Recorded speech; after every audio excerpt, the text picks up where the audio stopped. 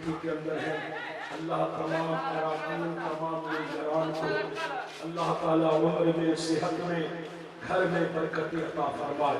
یہاں جتنے لوگ بیٹھے ہوئے اللہ سب کو کعبے کا حاجی بنا دے، کہیے نا آمین، کہیے ذرا مچل کے آمین۔ ماشاءاللہ نبی کو ہم کہتے ہیں الہی اس میں جسم کو پوشاک پرانی دے دے، جو تیری یاد میں گزرے وہ جوانی دے دے، جو بھی دیکھے تو وہ کہے یہ ہے محمد کا غلام۔ میرے مالک میرے چہرے کو ایسی نشانی دے دے، میرے مالک میرے چہرے کو ایسی نشانی دے دے۔ اللہ نے حضرت آدم کو دنیا میں بھیجا، اللہ نے فرمایا آدم دنیا میں جا کر اپنی نبوت کا اعلان کر اور ساتھ میں میرے مصطفیٰ کی آمد کا بھی چرچا کر۔ حضرت موسیٰ کلیم اللہ کو بھیجا، اللہ نے فرمایا موسیٰ اپنی نبوت کا بھی اعلان کر اور میرے مصطفیٰ کی آمد کا بھی اعلان کر۔ ابراہیم کو اللہ نے بھیجا، اللہ نے فرمایا ابراہیم اپنی نبوت کا بھی اعلان کر اور میرے مصطفیٰ کی آمد کا بھی اعلان کر۔ حضرت آدم نے کہا اے میری قوم میرے بعد ایک نبی آنے والا ہے۔ حضرت سلیمان نے کہا اے میری قوم میرے بعد ایک نبی آنے والا ہے۔ حضرت زکریا نے کہا اے میرے ماننے والوں میرے بعد ایک نبی آنے والا ہے۔ موسیٰ کلیم اللہ نے کہا میرے بعد ایک نبی آنے والا ہے۔ ابراہیم خلیل اللہ نے کہا میرے بعد ایک نبی آنے والے ہیں۔ سبوں نے کہا آنے والے ہیں، کسی نے نام نہیں بتایا، لیکن اخیر میں جب عیسیٰ روح اللہ نے اعلان کیا کہ میرے بعد ایک نبی آنے والا ہے، لوگوں نے پوچھا حضور ان کا نام کیا ہوگا، ان کا پریچے کیا ہے، ان کی پہچان کیا ہوگی؟ تو عیسیٰ روح اللہ نے کہا ان کا نام من بعد اسمہ احمد، احمد بن کے آئے گا، محمد بن کے چھا جائے گا، احمد بن کے آئے گا، محمد بن کے چھا جائے گا۔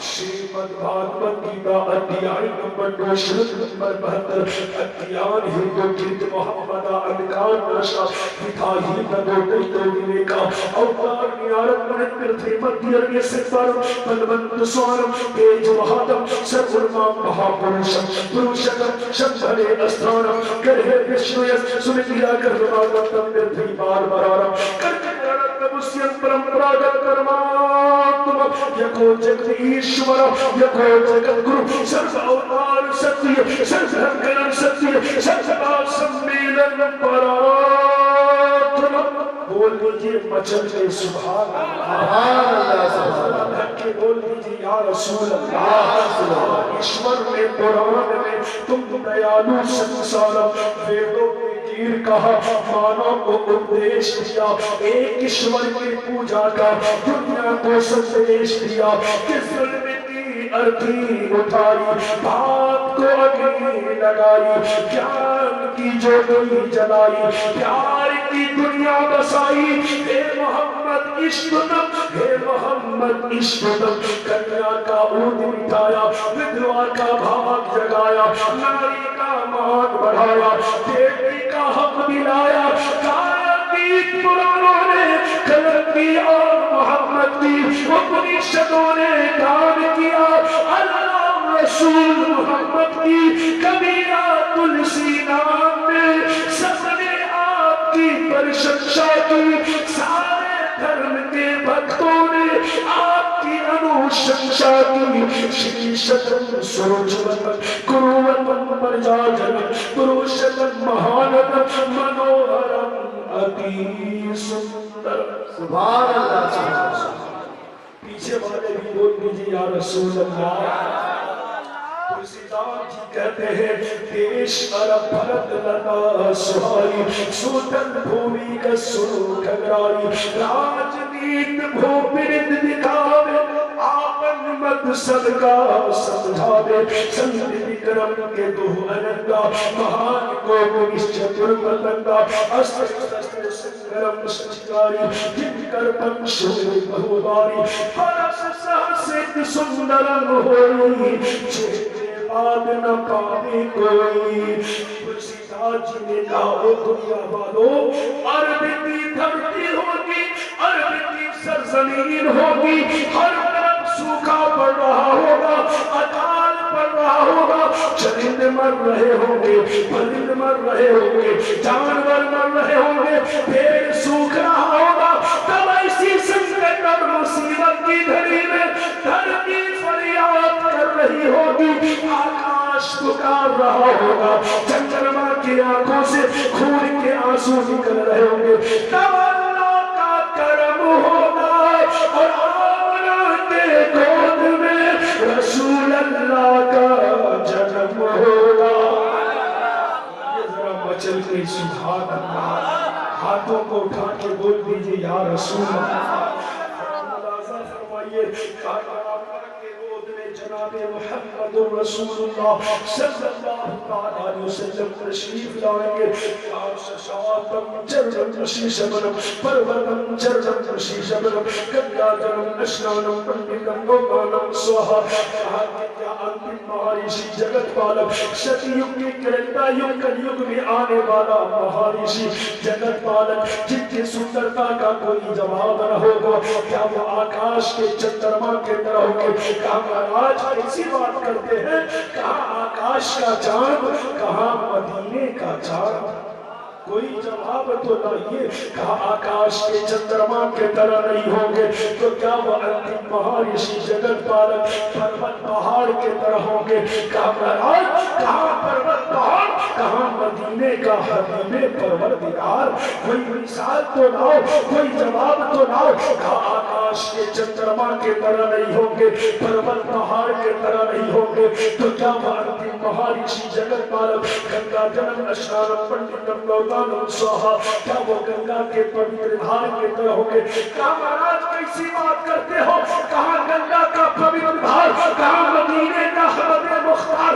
گنگا کے دھار میں آدمی پھنسے تو زندگی ختم ہو جاتی ہے، زندگی سے ہاتھ دھو بیٹھتا ہے، لیکن قربان جاؤ آمنہ کے لال پر، عبداللہ کے لختے کی دیگر پر، اللہ کے حبیب پر، جو بھی اللہ کے رسول کا کلمہ پڑھ لیتا ہے اس کا بیڑا یہاں بھی پار ہے وہاں بھی پار ہے، اس لیے کہ یا رسول اللہ کے نعرے سے ہم کو پیار ہے، جس نے یہ نعرہ لگایا اس کا بیڑا پار ہے۔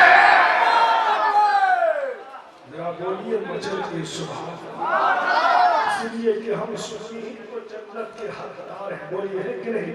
تبھی تو بابا پرمپال نبی کے آنے کا کرتا استقبال، آگتم بھوتلم سواگتم منگلم، سواگتم سواگتم ہے نبی منگلم، دکھرم سکھرم جیونم منگلم، منگلم کارنم سرجنم منگلم، منگلم پراناداتا مہی منگلم، منگلم اے بہو آمنہ منگلم، منگلم اے حلیمہ سدھی منگلم، شرابنم منگلم، بھاونم منگلم، منڈپم منڈتم نائم منگلم، کوشلم جوہرم نرملم سوفلم شیتلم یوفلم منگلم۔ ذرا بول دیجئے مچل کے سبحان اللہ، اور ذرا ہاتھوں کو اٹھا کے بول دیجئے یا رسول اللہ۔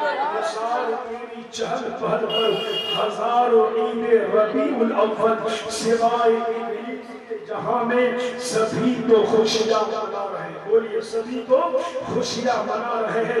میرے اور آپ کے آقا اللہ کے حبیب جناب محمد رسول اللہ صلی اللہ علیہ وسلم جو دنیا میں تشریف لائے، کائنات کا ذرہ ذرہ خوشی سے چلنے لگا، خوشی سے جھومنے لگا۔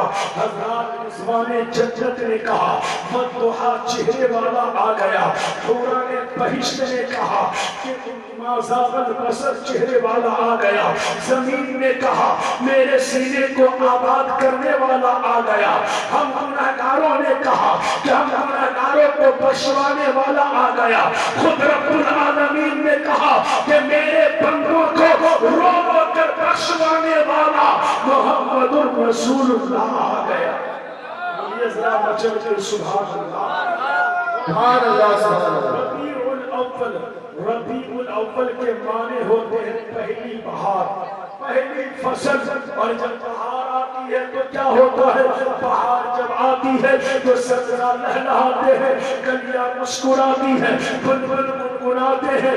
بہار جب آتی ہے چہرے پہ مسکراہٹ لاتی ہے، زندگی میں خوشحالی لاتی ہے۔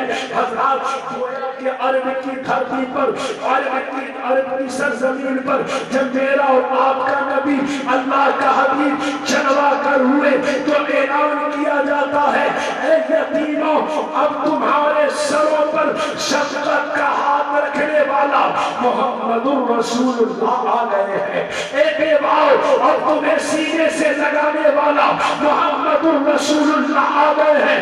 اجڑوں کو بسانے والا محمد الرسول اللہ آ گئے ہیں۔ گنہگاروں اب مت گھبراؤ، تمہیں جہنم سے نکال کر کے جنت میں بسانے کے لیے محمد الرسول اللہ آ گئے ہیں۔ بولیے مچل کے سبحان اللہ، ہاتھوں کو اٹھا کے بول دیجیے یا رسول اللہ۔ منتر تنتر میں بھی اور سناؤں گا، آواز میری لگی ہے لیکن پتا چل رہا ہے کہ آپ لوگ تھک چکے ہیں۔ تھکے نہیں رہے، بولیے ختم کر دیا جائے، ختم کر دیا جائے۔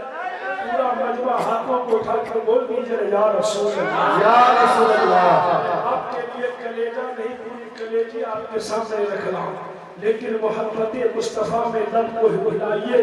یہی بولنا اگر رب کی بارگاہ میں مقبول ہو گیا تو انشاءاللہ ہمارا اور آپ کا نجات طے ہے۔ حضرت عبداللہ ابن عباس رضی اللہ تعالیٰ عنہ اپنے بال بچوں، اپنے اہل و عیال کو بیٹھا کر کے آقا کی میلاد پڑھ رہے ہیں، لوگوں کو میلاد سنا رہے ہیں، لوگ سن بھی رہے ہیں، خوش بھی ہو رہے ہیں اور سبحان اللہ الحمدللہ بھی کہہ رہے ہیں۔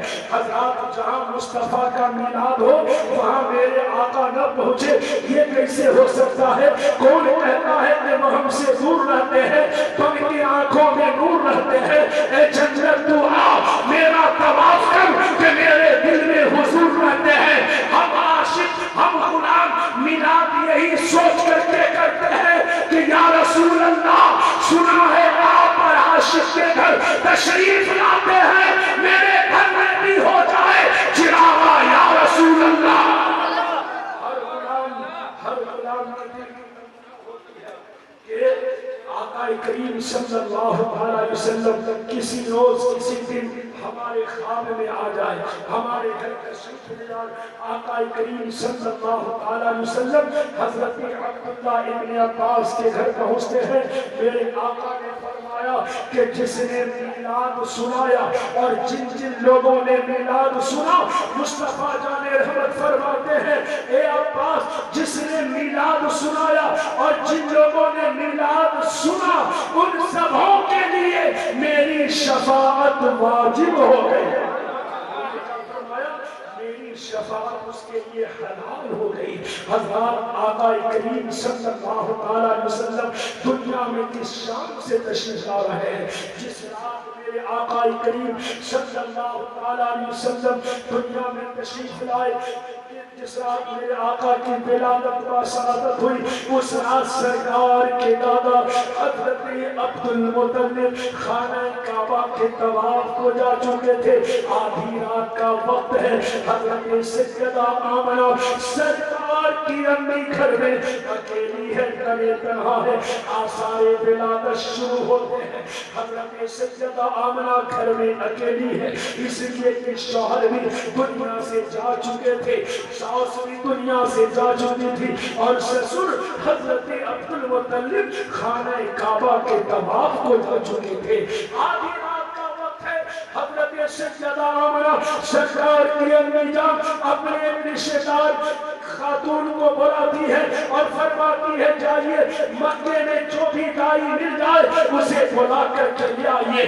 وہ خاتون جاتی ہے، تمام دائیوں کے دروازے پہ دستک دیتی ہے، لیکن کوئی بھی دائی سرکار کی امی کے گھر آنے کو تیار نہیں۔ کیوں؟ دائیوں کو معلوم تھا کہ پیدا ہونے والا بچہ یتیم ہے، باپ تو دنیا میں ہے نہیں، خدمت کرنے کا صلہ کیا ملے گا، سیوا کا میوہ کیا ملے گا، یہی سوچ کر کے مکے کی دائیوں نے سرکار کے گھر آنے سے انکار کر دیا۔ حضرت جبریل امین رب کی بارگاہ میں عرض کرتے مولا تیرا حبیب دنیا میں آنے والا ہے، مولا تیرا حبیب دنیا میں تشریف لانے والا ہے، لیکن